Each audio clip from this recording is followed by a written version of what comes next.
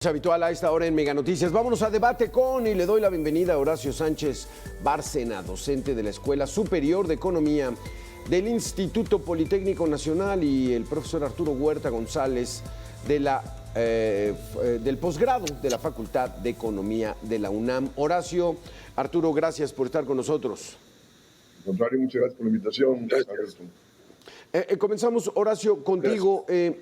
¿Ves alguna situación que pudiera poner en riesgo la economía? Tenemos reservas arriba de los 200,000 millones de dólares, llegada de remesas de más de 63,000 millones de pesos al año. La inflación es así, está un poquito fuera de control, pero ¿ves algunas alertas en la economía? Me parece que los indicadores en su mayoría muestran un comportamiento estable y mejorías. Yo el riesgo que veo, no tanto a corto plazo, sino a mediano plazo, es el déficit público en el que incurrirá durante este año, que es cercano a los 2 billones de pesos. Eso evidentemente lo que va a provocar es endeudamiento. Y hay que recordar que el costo financiero en estos momentos está muy elevado. Ese, siento yo, es el principal riesgo que podría tener la economía mexicana a mediano plazo. El déficit, entonces, ¿qué es esto del déficit, Arturo Huerta? Porque, ¿qué significa que un gobierno como el actual decida aumentar el déficit? Mira, la cuestión es de que el déficit fiscal que se presenta para el 2024 no es tanto porque el gobierno esté aumentando el gasto de inversión, sino es derivado de la alta tasa de interés que ha incrementado el costo de la deuda pública interna en el país. Es decir, del 4% del déficit que presenta en relación al Producto Interno Bruto para 2024, la mayor parte es derivado del costo del servicio y la deuda. Solamente presenta un déficit primario de 1.2% con respecto al PIB, es decir, está gastando muy poco en relación a los ingresos que recibe, excluyendo el pago del servicio y la deuda. Ahora, ahí el problema es la tasa de interés, el déficit. Sí. Si el gobierno estuviese gastando más allá de sus ingresos, en favor de la esfera productiva, en favor del crecimiento económico, no sería malo, porque al incrementar la actividad económica, el gobierno estaría recaudando más y por lo tanto estaría disminuyendo el déficit y el monto de la deuda. Y el problema es que este déficit va a lo financiero. La banca es la que se está beneficiando de la alta tasa de interés predominante y de ahí las grandes ganancias que muestra la banca en el 2023. Entonces debería de bajarse la tasa de interés porque el Banco de México la ha mantenido alta, muy por arriba, repito, de la actividad económica, muy por arriba de la inflación, justo porque en su concepción hay que bajar la actividad económica para bajar la inflación. Y el problema es que por más alta tasa de interés, la inflación no ha bajado a los niveles objetivos.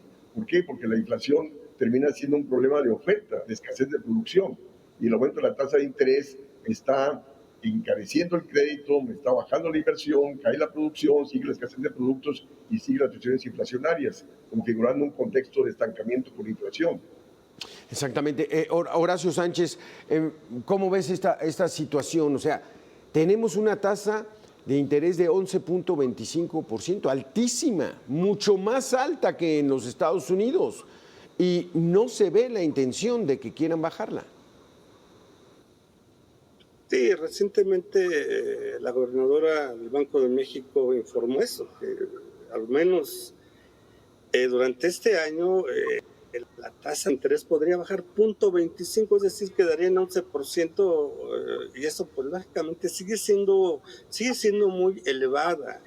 Eso tiene que ver también con la política monetaria que está haciendo la Reserva Federal en los Estados Unidos, en donde también se ve que el tipo de interés no vaya a bajar lo suficiente durante esto. Como señalaba el profesor Huerta, bueno, pues ahí tenemos un problema de oferta que durante este año posiblemente no se resuelva. Hay eventos a escala internacional que efectivamente no se vislumbra que puedan bajar, por ejemplo, el precio de las materias primas o el precio de los alimentos. Eso traerá algunos efectos sobre los niveles de inflación y efectivamente a veces los bancos centrales, el principal instrumento que utilizan para contrarrestar los efectos inflacionarios es la tasa de interés. Yo en el corto plazo, insisto, no veo bajas significativas en el tipo de interés. Porque Arturo Huerta, entonces, nos lo has dicho aquí, profesor, muchísimas veces, eso beneficia a los grandes capitales, beneficia ahora sí que utilizando el lenguaje de Palacio Nacional, pues a los conservadores, a los neoliberales, a los fifís, o sea, y no se le ve la intención, o sea, ¿por qué mantenemos una tasa de interés del 11.25%? Efectivamente, hay que tomar en cuenta que la economía mexicana depende de la entrada de capitales. Entonces, de ahí que el Banco de México mantiene un diferencial de tasa de interés con respecto a Estados Unidos, allá está en 5.5, aquí está en 11.25 y eso atrae capitales y esta entrada de capitales te abarata el dólar y al abaratarse el dólar te abarata el precio de los productos importados para así bajar la inflación. Entonces, esa forma de bajar la inflación resulta muy cara al país, porque esa alta tasa de interés me está frenando la actividad económica porque me encarece el crédito, me restringe la inversión y la actividad económica. Y estas importaciones baratas, con el dólar barato, están desplazando la producción nacional y de ahí que tenemos menos industria, perdimos la autosuficiencia en granos básicos, importamos el 55% de los granos básicos que consumimos y la cuestión es que quien se beneficia de esto es tanto el capital financiero internacional, que gana por la alta tasa de interés y porque al salir el dólar está más barato que cuando entró, y también gana la banca por esas altas tasas de interés. Y todo esto tiene a recrudecer la desigualdad del ingreso a favor del sector financiero. Y, repito, y el costo es menor crecimiento económico, Claro. menor endeudamiento, y es insostenible esa alta tasa de interés porque se está aumentando el problema de cartera vencida, de insolvencia. Porque, y además, esa es la razón, profesor Arturo Huerta, Horacio, de que el dólar esté barato. O sea, no es un logro del gobierno. Se está ofreciendo una tasa de interés el país altísima, pues están entrando los inversionistas. Vamos a hacer una pequeña pausa de 2 minutos y regresamos para saber qué pasa con toda esa gente que mete su dinero en México aprovechando estas altísimas tasas de interés. Volvemos.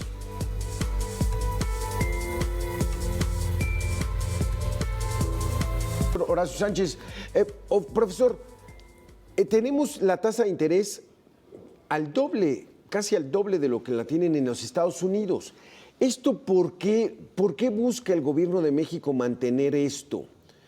Si ya vimos que la inflación, pues bueno, no la está controlando, tiene un dólar mucho más barato, y ¿a qué corresponde, a qué situación es la que ocurre para que la mantenga esta tasa de interés tan alta?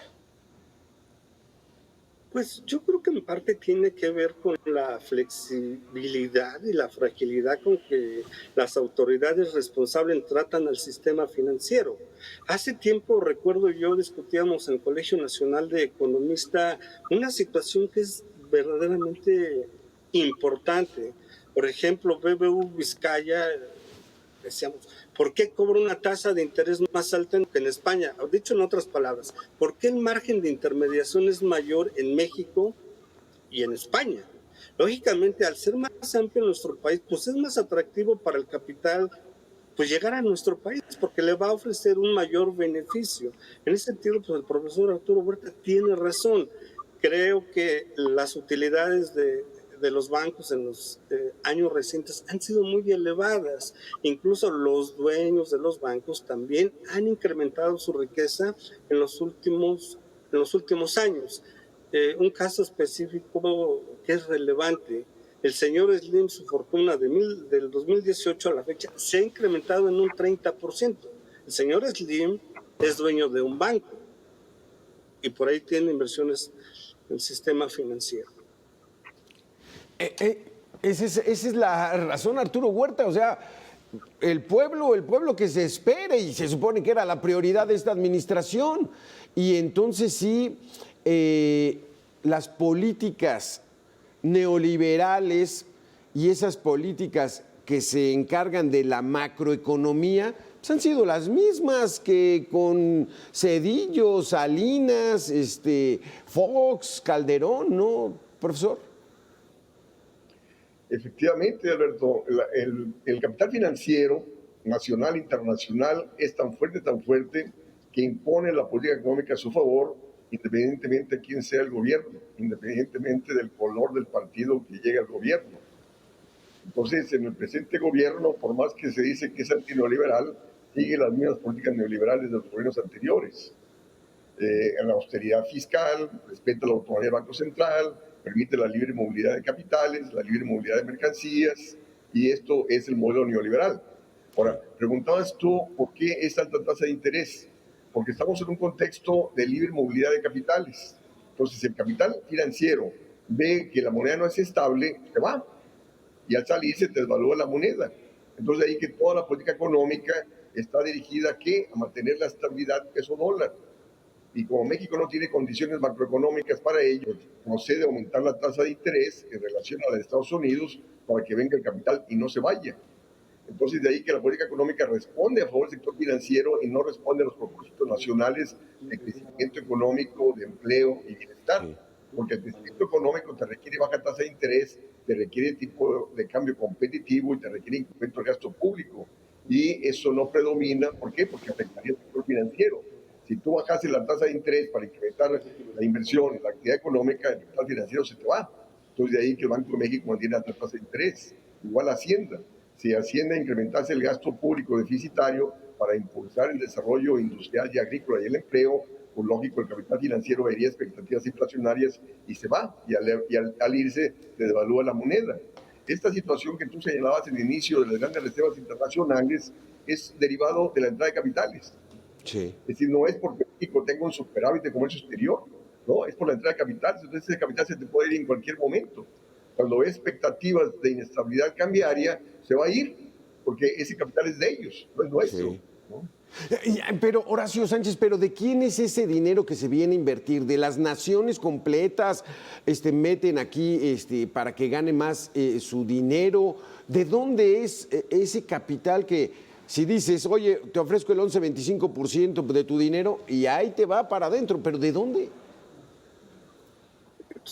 Son los grupos financieros y detrás son las grandes empresas transnacionales. Efectivamente, el capital financiero en las décadas recientes ha jugado un papel determinante. Yo creo que si detectamos las crisis económicas que se han presentado desde la década de los 90 a escala global, veremos que el origen tiene que ver con cuestiones de tipo financiero.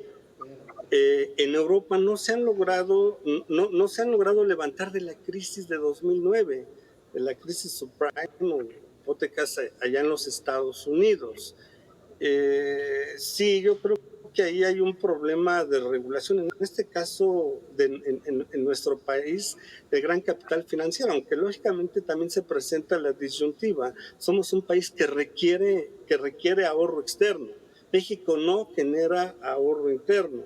En ese sentido, pues, las condiciones para que pueda llegar el gran capital, como lo dice el profesor Huerta, bueno, pues dentro de la estrategia de desarrollo de nuestro país, pues no se abordan los grandes problemas estructurales que tendríamos que estar atacando. Uno de ellos, por ejemplo, es el crecimiento económico, el cual en las 4 décadas anteriores ha sido muy mediocre.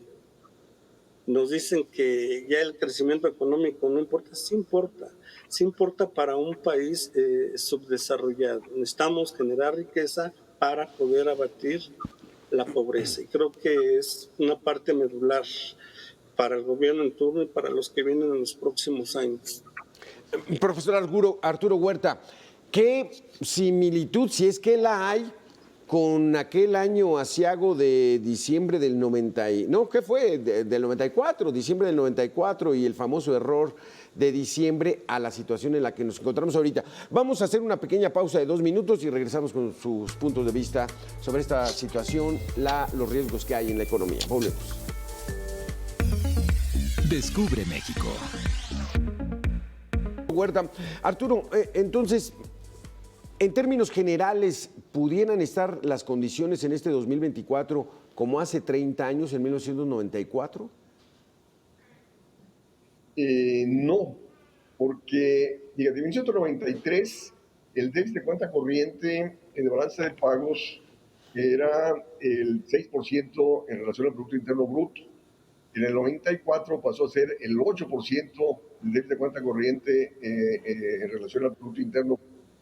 Y era un déficit de 30,000 millones de dólares. Y solamente entraron capitales por 11,000 millones de dólares en el 94, porque era un año electoral y en los años anteriores había entrado mucho capital por el proceso de privatización de la banca, de Teléfonos de México y otras empresas públicas. Entonces, en el 94, como era un año electoral, pues ya se frenó el proceso de privatización y de ahí que entró menos capital. Y luego, como estaba el déficit de cuenta corriente muy alto, el riesgo cambiario había aumentado. Y el gobierno, para evitar salida de capitales, introdujo los llamados tesobonos, deuda pública indizada en dólares. Y todos los CETES se fueron a tesobonos. Y los tesobonos pasaron a ser 30,000 millones de dólares en diciembre del 94. Y las reservas internacionales habían caído el 18 de diciembre a 6,000 millones de dólares. Y el que era secretario de Hacienda, que duró un mes, Serra Pucci, en una reunión con los empresarios, dijo que al día siguiente se iba a devaluar el peso 15%. Ese fue el error de diciembre. Es decir, una devaluación no la debes anunciar, porque lo que hicieron los empresarios en el receso que hubo, llevaron a sus tesorerías diciendo compran todos los dólares que encuentren. Y al día siguiente, las reservas internacionales solamente pasaban a ser 600 millones de dólares. Ah, es decir, caray. No había reservas para hacer frente, repito, a la demanda por dólares. Y repito, y la deuda en los tesobonos eran 30,000 millones de dólares. Y de ahí que tuvo que ir Salinas de Gortari a Estados Unidos para demandar un crédito en el 95 que le prestaron 50,000 millones de dólares justo para hacer frente a los tesobonos, que eran inversionistas de los fondos de pensiones de Estados Unidos, que habían aprovechado la alta tasa de interés y el tener el respaldo en dólares. Sí, sí, pero no fue Salinas, ya le tocó a Zedillo, ¿no? Profesor Arturo Huerta, tuvo que ir Zedillo ya a poner su cara en 95. Sí, tiene razón, sí. Sí, el que dejó toda esa tiradero fue Carlos Salinas de Gortari y Horacio Sánchez. Entonces tú también ves que ahorita no estamos como en aquella ocasión, afortunadamente, Horacio. No, el contexto es distinto. Si algo hay que reconocerles a los neoliberales y a los neoliberales de izquierda que hoy gobiernan el país, es esto, que han mantenido controladas algunas variables macroeconómicas. Hoy en día las reservas federales muestran históricos. O sea, en ese ahí no va a haber ningún problema. Yo considero que el principal problema que vamos a tener a mediano plazo, insisto, no a corto plazo, a mediano plazo, va a ser el déficit gubernamental. Y es lo que puede generar y distorsionar algunos... es un ingrediente importante, nuevamente, que puede generar presión inflacionaria.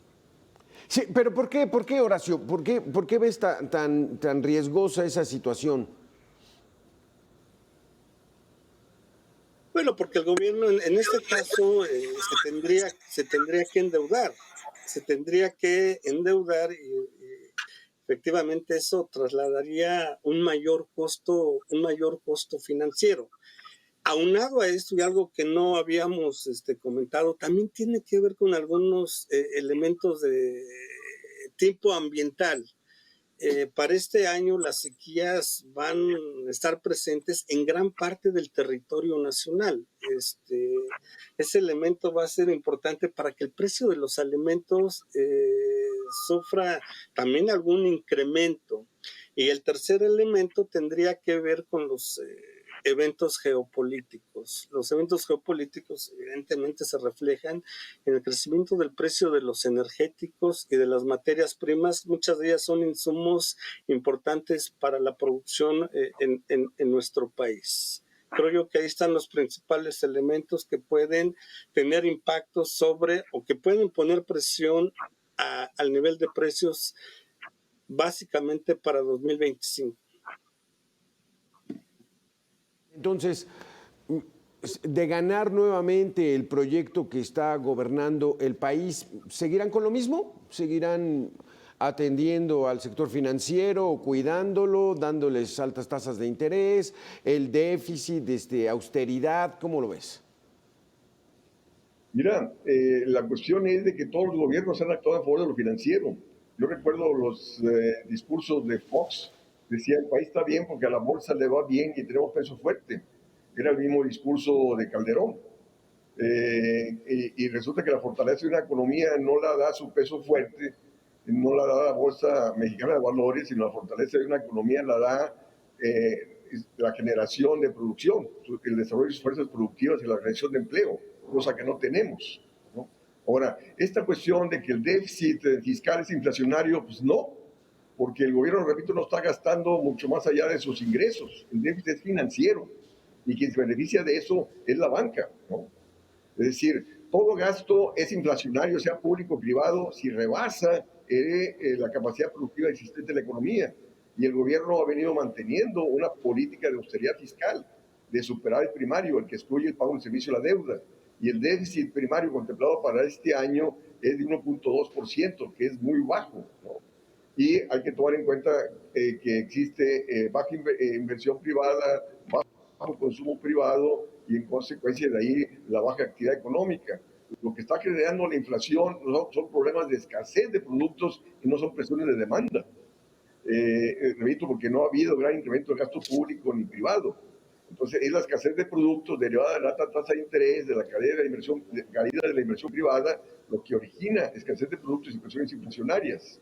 Ahora, hay que tomar en cuenta de que se está dando una desaceleración de las materias a nivel internacional por la desaceleración de la economía china y también están cayendo los precios de los alimentos a nivel mundial. Es que, profesor Arturo Huerta, si no hay cambio en esta política económica y se sigue manteniendo igual, pues entonces la productividad va a empezar a bajar y con ello que va a crecer el desempleo, la inflación pues no la controlan, o qué es lo que sigue en este camino que tienen muy trazado el gobierno, como dice el profesor Horacio, el gobierno neoliberal de izquierda.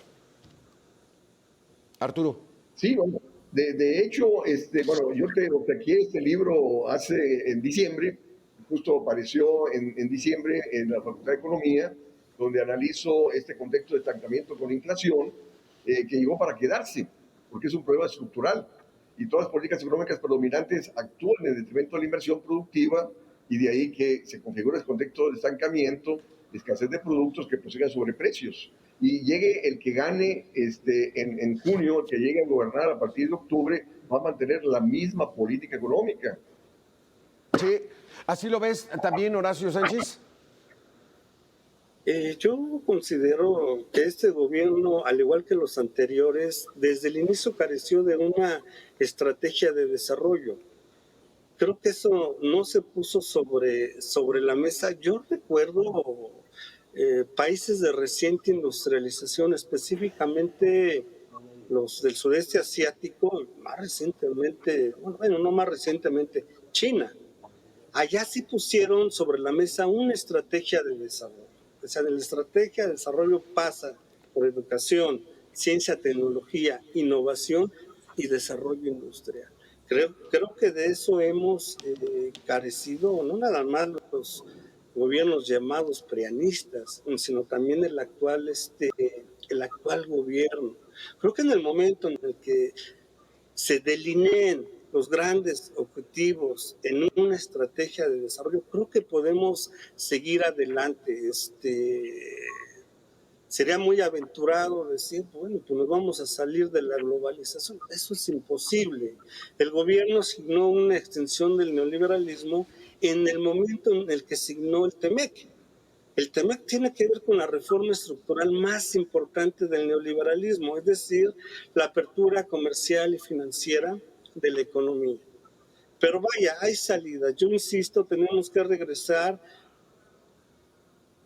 a trazar detalladamente lo que sería una estrategia de desarrollo para una realidad concreta que es la de nuestro país. Sí, exactamente, que no la hay. y no la hubo tampoco con este gobierno supuestamente de izquierda. Horacio Sánchez Bárcena, Arturo Huerta González, muchísimas gracias por haber estado aquí con nosotros en Mega Noticias, muy interesantes sus conceptos. Nosotros vamos a hacer una pequeña pausa de 2 minutos y tenemos mucho más aquí en Mega Noticias. Gracias a los dos. Gracias, Alberto. Un saludo al profesor Huerta. Adiós. ¿De dónde saldrá